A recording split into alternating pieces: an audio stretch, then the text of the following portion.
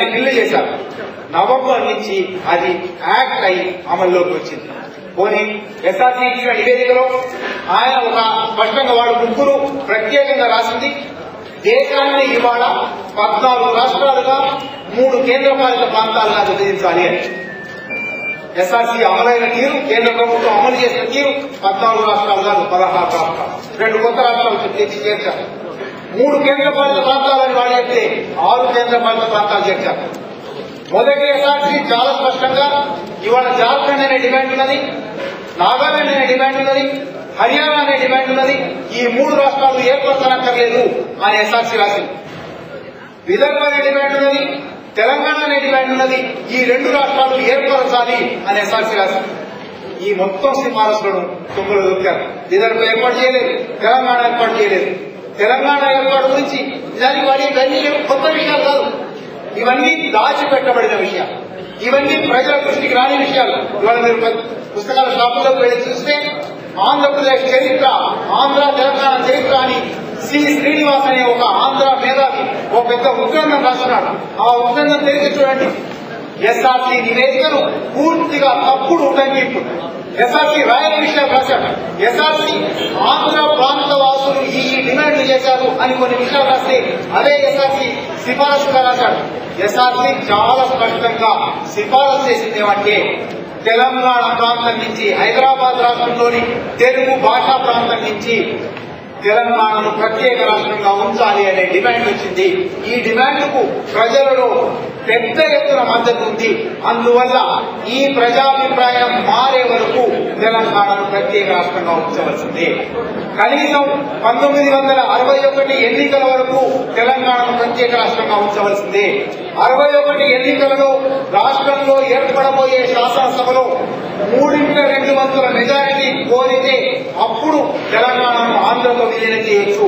ఈ 5 సంవత్సరాలలో 2 ప్రాంతాల మధ్య మానసిక ఏకీభావం కుదిరితే అప్పుడు రాష్ట్రం విలీనం చేయొచ్చు. ఒకవేళ మానసిక ఏకీభావం కుదరకపోతే తెలంగాణను ప్రత్యేక రాష్ట్రంగా ఉంచవలసిందే. ఇది ఎస్ఆర్సీ రాష్ట్రం. వీటిలో ఏ ఒక్క అంశాన్ని నాగాలాండ్, జార్ఖండ్ లాంటి విషయాల్లో, విదర్భ లాంటి విషయాల్లో అమలు చేశారా లేదా ఇవాళ మనం ఆ చర్చలో పోనక్కర్లేదు. ఎస్ఆర్సీ చేసిన అనేక సిఫారసుల్లో ఏ ఒక్కదాన్ని కేంద్ర ప్రభుత్వం, జవహర్లాల్ నెహ్రూ గారి ప్రభుత్వం లేదా ఆంధ్ర పాలక వర్గాలు, దేశ పాలక వర్గాలు అమల్లో తీసుకురాలి.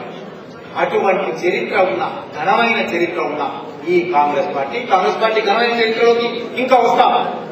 అంత ఘనమైన చరిత్ర ఉన్న కాంగ్రెస్ పార్టీ 50 సంవత్సరాల కిందనే మొదటి ఎస్ఆర్సీ నివేదికను అమలు చేయని కాంగ్రెస్ పార్టీ ఇవాళ 2వ ఎస్ఆర్సీ ఏర్పడి, పోనీ అది 10 సంవత్సరాలు తీసుకోలేదు, 3 నెలల్లోనే 6 నెలల్లోనే ఒక నివేదిక ఇస్తుంది అనుకోండి, తెలంగాణ ఏర్పాటు చేయాలని నివేదిక ఇస్తుంది అనుకోండి, దాన్ని అమలు చేస్తారనే గ్యారెంటీ. ఒకవేళ ఆ గ్యారెంటీ ఉంటే 50 ఏళ్ల కిందనే ఇచ్చిన ఆ సిఫారసులు ఎందుకు పాటించలేదు? 50 ఏళ్ల కింద సిఫారసు ఇవాళ మేము కొత్తగా సిఫారసు చేయమని అడగడమే లేదు, ఇవాళ కొత్తగా ఎస్ఆర్సీ ఏర్పాటు చేయాలని అడగడమే లేదు.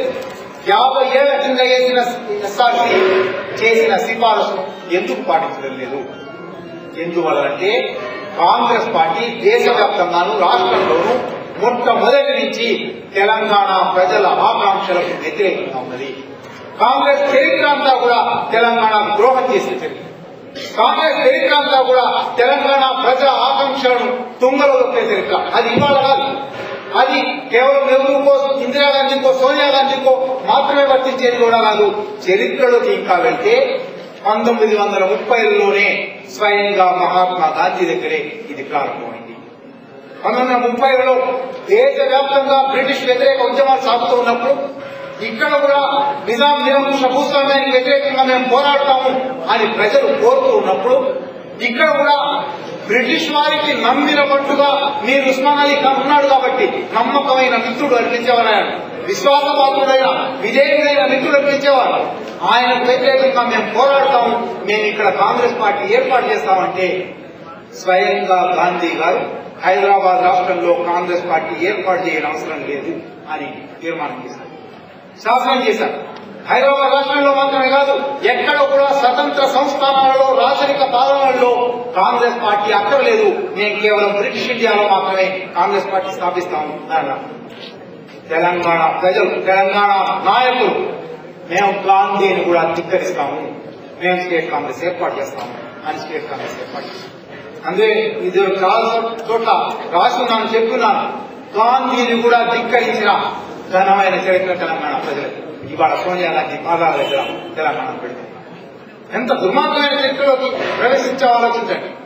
గాంధీని కూడా ధిక్కరించి నువ్వు కాంగ్రెస్ పెట్టదంటున్నావు కదా, మేము పెడతాం అని 1938లో స్టేట్ కాంగ్రెస్ ఇక్కడ ఏర్పాటు చేశాం.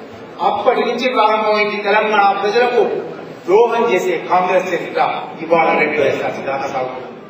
52లో మొదటిసారి ఇక్కడ ఒక ముల్కీ ఆందోళన ప్రారంభమైనప్పుడు గుర్తు రామకృష్ణరావు గారి ప్రభుత్వం లేదా వెల్లోడి ప్రభుత్వం లేదా కేంద్రం కనుసన్నల్లో ఇక్కడ నడిచిన ప్రభుత్వం విద్యార్థుల మీద కాల్పులు జరిపింది. ముల్కీ నిబంధనలను వ్యతిరేకిస్తున్నామని కాల్పుల ద్వారా రుజువు చేసింది. ముల్కీ నిబంధనలను పాటించమని కోరిన తెలంగాణ విద్యార్థులను బలి తీసుకున్నది తెలంగాణ ద్రోహ చరిత్ర కంటించింది.